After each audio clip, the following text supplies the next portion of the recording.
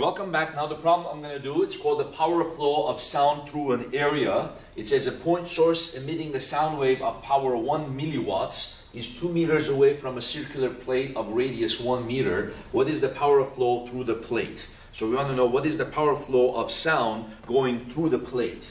So here's a point charge here. This is a point isotropic source of sound that emits sound in all directions equally. And then here is the plate like this. Okay, so then the sound wave comes like this, right? And so it is going this way, but we want to know the amount of the power of sound going through the area. So really, this portion of the sound wave that is pointed this way is kind of going laterally, so it's not actually going to cross that surface area. It's going to glide across the surface area, right? So we're interested in this component of the sound wave. So the general equation for the intensity of sound at any location, the intensity of sound di is going to be P over 4 pi r squared, where this is going to be the r squared. So let's call this distance from here to here d. I'll call this distance here r. So then this distance here is just going to be equal to r squared plus d squared, right? So it's the distance from the point charge to any element of that plate. So then we'll write here r squared plus d squared, where that is the total distance squared from here to here, right? So then that's going to be the intensity at any point, right? The P is the power of the source. So this is the power of the source. So in our problem, this is given as 1 milliwatts, okay? So then if I want to know how much power is going through a ring, what I'm going to do is take a ring like this that makes up the plate. This is my plate like this. So the sound wave is coming like this, going through like that, through the ring, right?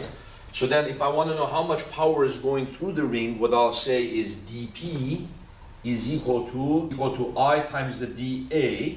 So the intensity over there times the dA, and the intensity over there is the P source over 4 pi r squared plus d squared. So I can just write this as I equals P source over 4 pi r squared plus d squared, right? So that's going to be this equation, and then dA is going to be what? So this is going to be P source over 4 pi r squared plus d squared. dA is going to be the surface area of that. This is r, so that's going to be 2 pi r dr. But I'm only interested in the portion of the sound wave going through the area, crossing the plane of that area, right? So what I'm going to do is I'm going to call this angle theta,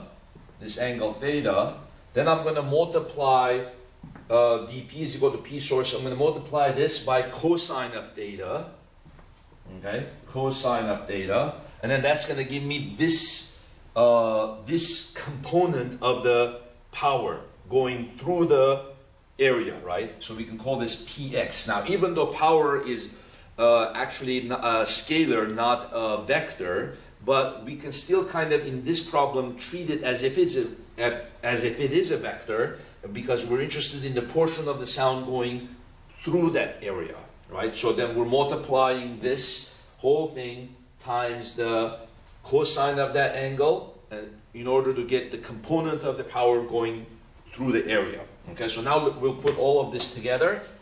Okay, is going to be d divided by the square root of this, right? This is going to be this is going to be square root of r squared plus d squared. So cosine of theta is going to be d divided by square root of r squared plus d squared. Okay, so then what are we going to get there?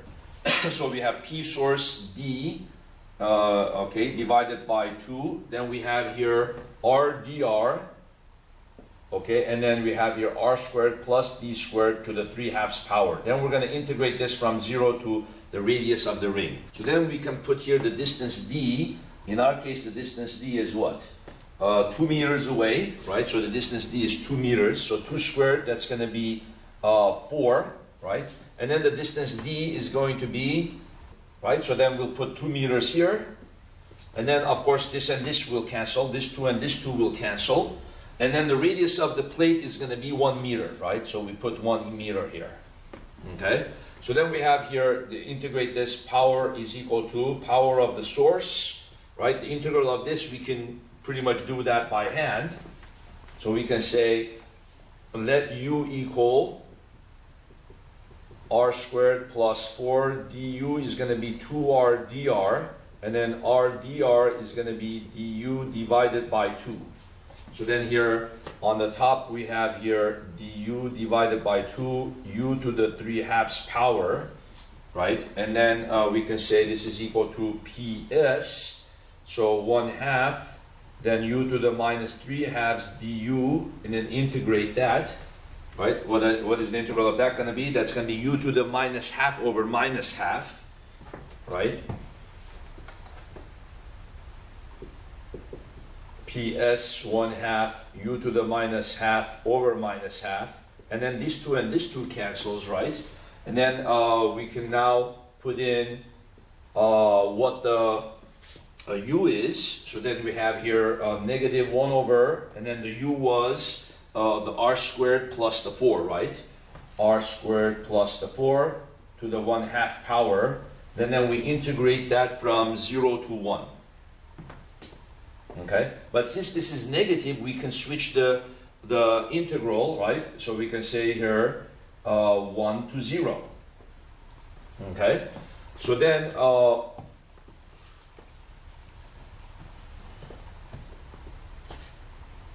P is equal to P of the source, and then we put here 0. This 0 goes here, so then that becomes 1 over 4 to the 1/2.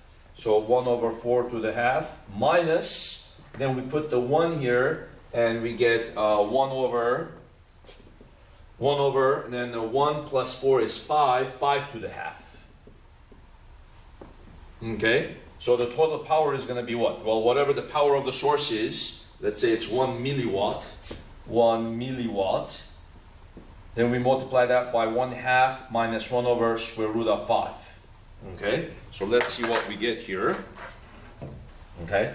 So if the source is 1 milliwatt of power, then 0.053 milliwatts of power goes through that plate, right? So depending on what the source power is, if the source power was 1 watt, then this would have been 0.053 watts. Okay, so it all depends.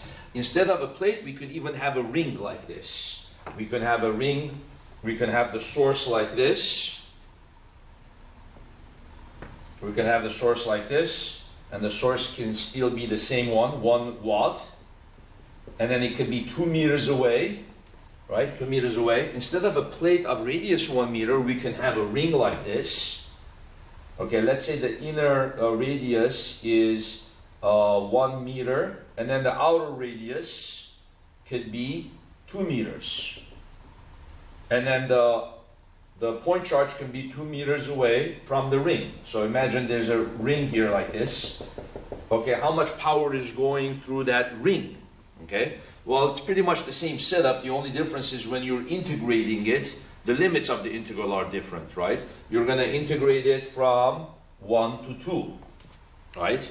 So then what's the difference? What's the answer going to be? Remember, our integral was P equals P source, integral going to be. So then, because there was a negative, we put the larger radius here, right? So right now it's going to be 2 here, and then we could put 1 here, you see?